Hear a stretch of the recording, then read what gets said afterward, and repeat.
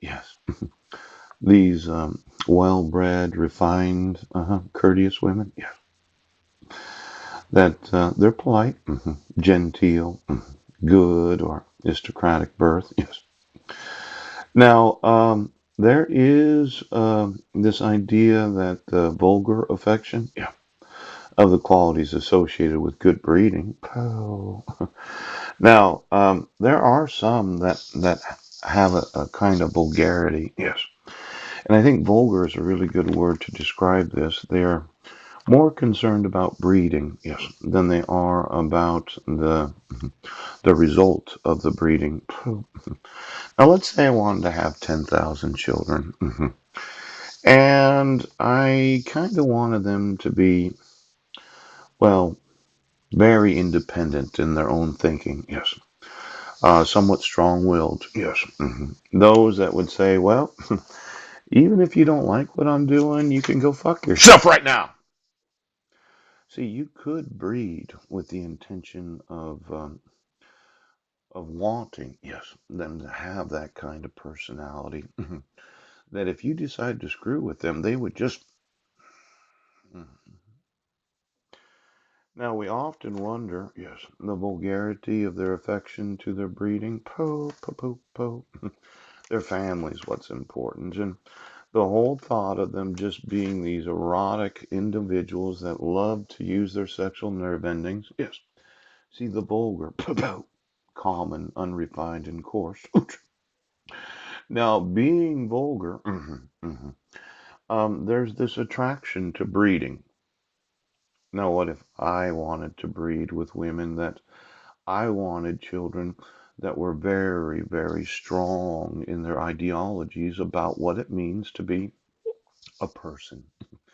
See, this morning I was having some thoughts about somebody getting paid to torture, torment, and terrorize American citizens.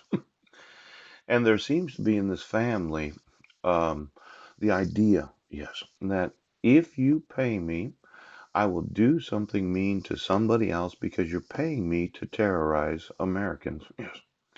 Now, it could be in other nations, right?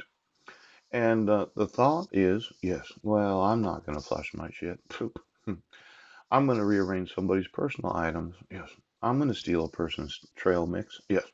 I'm going to eat somebody else's food. Yes. Now, each of these instances of doing something so as to torment a person, because you're a minor, yes, and I can't do anything about it. I'm an adult, yes. Well, there's this vulgarity of the individual family. See, in the family, you do what I say because I pay. Yes. And in this family, when I pay, you do what I say. Now, let's say you're going through puberty. And I happen to think that the parents of the individual are of reasonable breeding.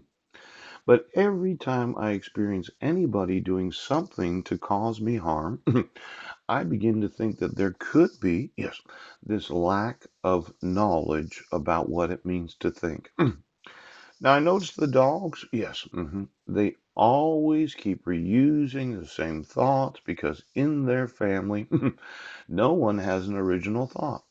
That of all the torture, terrorism, and tormenting the family's been doing, yes. Did you think that up, or was another dog thinking it?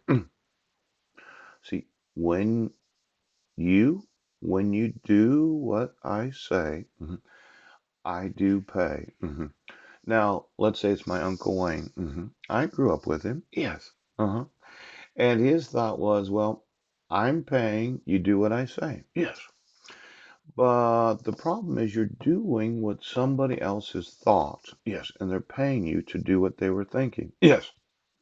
Now, let's say I had a thought that no one else has had.